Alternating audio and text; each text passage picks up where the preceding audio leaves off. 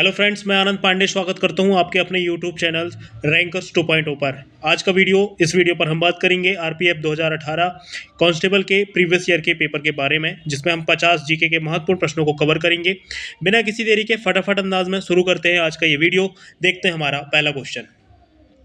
पूर्व नियोजित क्रम में भूमि के एक टुकड़े पर विभिन्न फसलों के उत्पादन को क्या कहते हैं?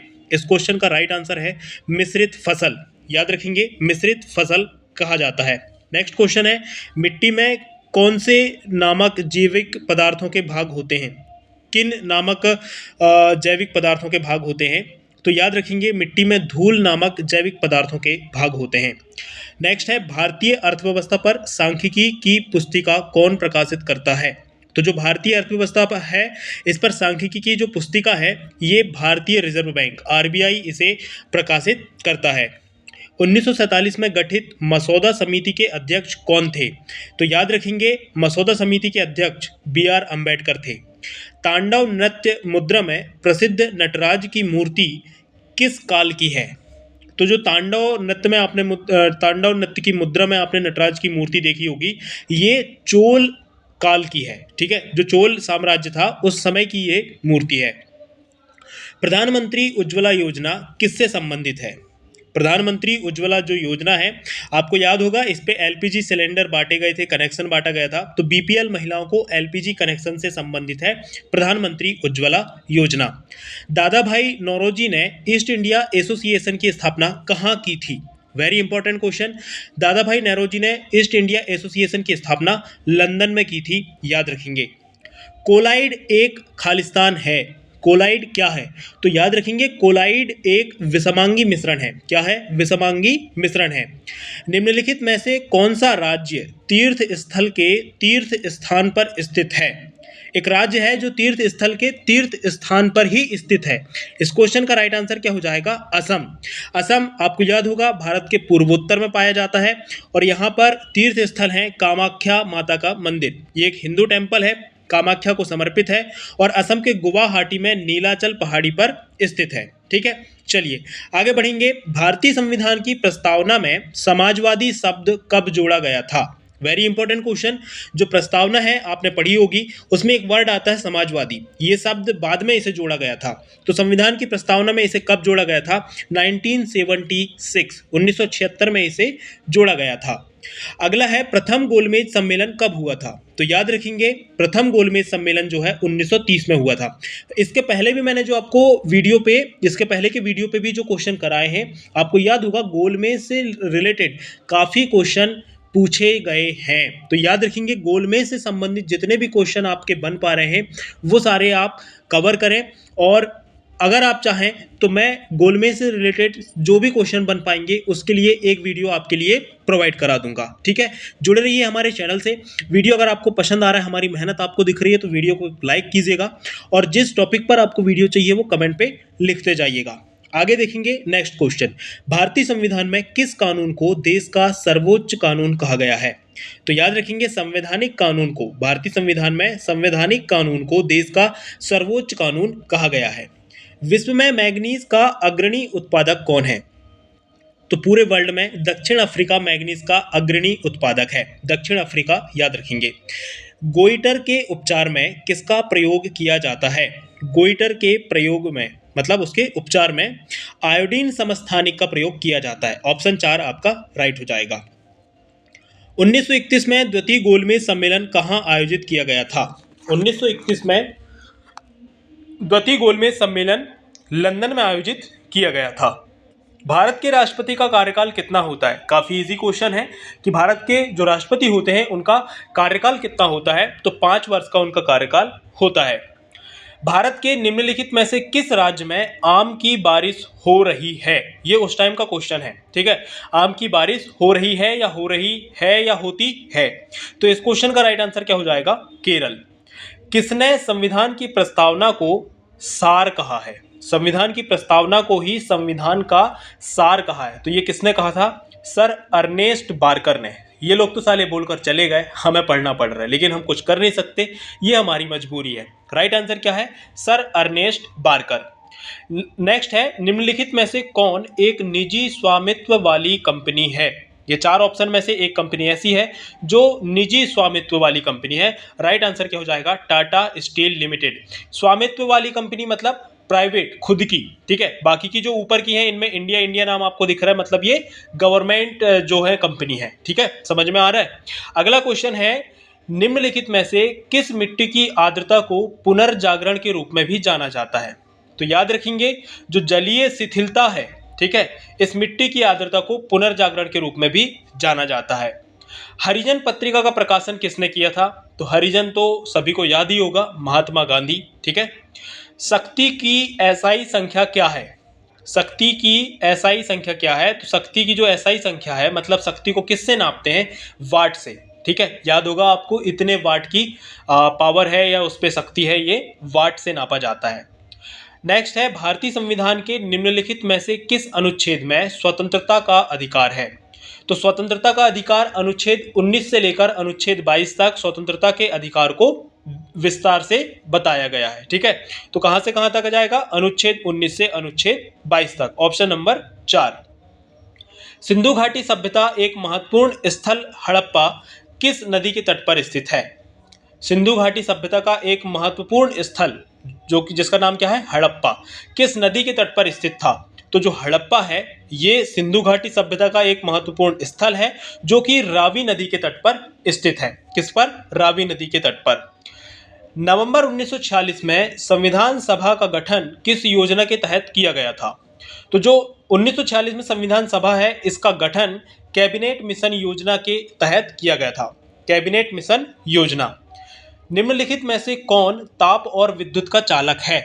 ये 4 ऑप्शन में से अधातु में ताप नहीं आएगा, विद्युत का चालन नहीं होगा, अर्धचालक में नहीं होगा, नियंत्रक में नहीं होगा।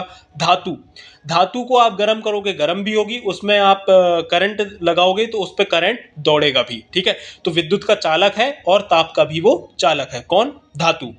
निम्नलिखित में से कौन पेट्रोलियम निर्यातक देशों का सदस्य है? ओपेक, जिसे हम ओपेक कहते हैं, पेट्रोलियम निर्यातक देशों का जो समूह है उसे ओपेक कहते हैं, उसका सदस्य है। इन चारों में से कौन है? तो याद रखेंगे, लीबिया ओपेक देशों का सदस्य है। दो क्रमागत संकुचन या दो संतत दुर्लभताओं की सफलता के बीच की दूरी क्या है? ठीक है, तो इसका राइट आंसर क्या हो जाएगा? तरंग दैर्ध्य। ये फिजिक्स का क्वेश्चन है, राइट आंसर है तरंग दैर्ध्य। अर्थव्यवस्था में जीडीपी का पूर्ण रूप क्या है? तो अर्थव्यवस्था में जीडीपी, ग्रॉस डोमेस्टिक प्रोडक्ट, जिसे हम सकल घरेलू उत्पाद कहते हैं, तो जीडीपी का पूर्ण रूप या फुल फॉर्म हम उसे कह लें ग्रॉस डोमेस्टिक प्रोडक्ट, सकल घरेलू उत्पाद, राइट आंसर है।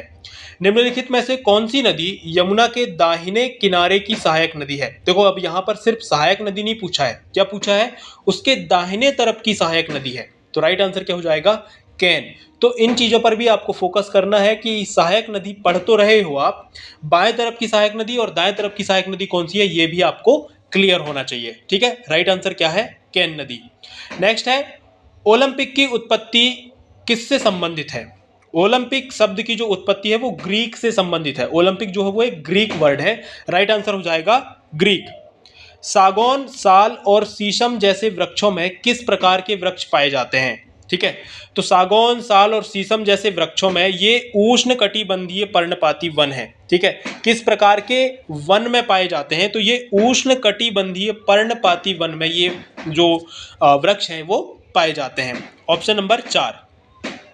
निम्नलिखित में से किस खेल में बल्ले की आवश्यकता होती है? ठीक है, अब अगर यहाँ पर हमें सीधे क्रिकेट दे देता तो हम उस पर क्रिकेट टिक कर देते, लेकिन क्रिकेट इसमें दिया ही नहीं है, ठीक है। तो फुटबॉल में तो नहीं होती, रग्बी में भी नहीं होती, वॉलीबॉल में भी नहीं होती, ऑप्शन बचता है सॉफ्ट बॉल। तो ऑप्शन नंबर 3 आपका करेक्ट हो जाएगा। नेक्स्ट है, कोशिकाओं के एक ही समूह की संरचना और कार्य किसे कहा जाता है? तो कोशिकाओं के एक ही समूह की संरचना और कार्य ऊतक को कहा जाता है। निम्नलिखित में से किस विदेशी यात्री ने तेलुगु भाषा को पूर्व का इतालवी कहा था? तो याद रखेंगे, जो निकोलो कॉन्टी है इन्होंने तेलुगु भाषा को पूर्व का इतालवी कहा था, निकोलो कॉन्टी, ठीक है। नेक्स्ट है, सेज क्या है जिसे विदेशी निवेश आकर्षित करने के लिए स्थापित किया गया है? SEZ, says. इसे विदेशी निवेश को आकर्षित करने के लिए स्थापित किया गया है। ये क्या है? ये है विशेष आर्थिक क्षेत्र। इसका जो हिंदी नाम है वो है विशेष आर्थिक क्षेत्र, ठीक है। नेक्स्ट है, जब कोई वस्तु उसी गति से वृत्ताकार पथ में चलती है तो उसकी गति क्या कहलाती है? अगर वृत्ताकार पथ में कोई वस्तु एक समान गति से घूमते जा रही है, चल रही है, तो उसे समान परिपत्र गति कहते हैं। क्या कहते हैं? समान परिपत्र गति। ऑप्शन नंबर फर्स्ट आपका राइट हो जाएगा। नेक्स्ट है, डॉक्टर सलीम अली पक्षी अभ्यारण्य किस राज्य में स्थित है? इंपॉर्टेंट क्वेश्चन है।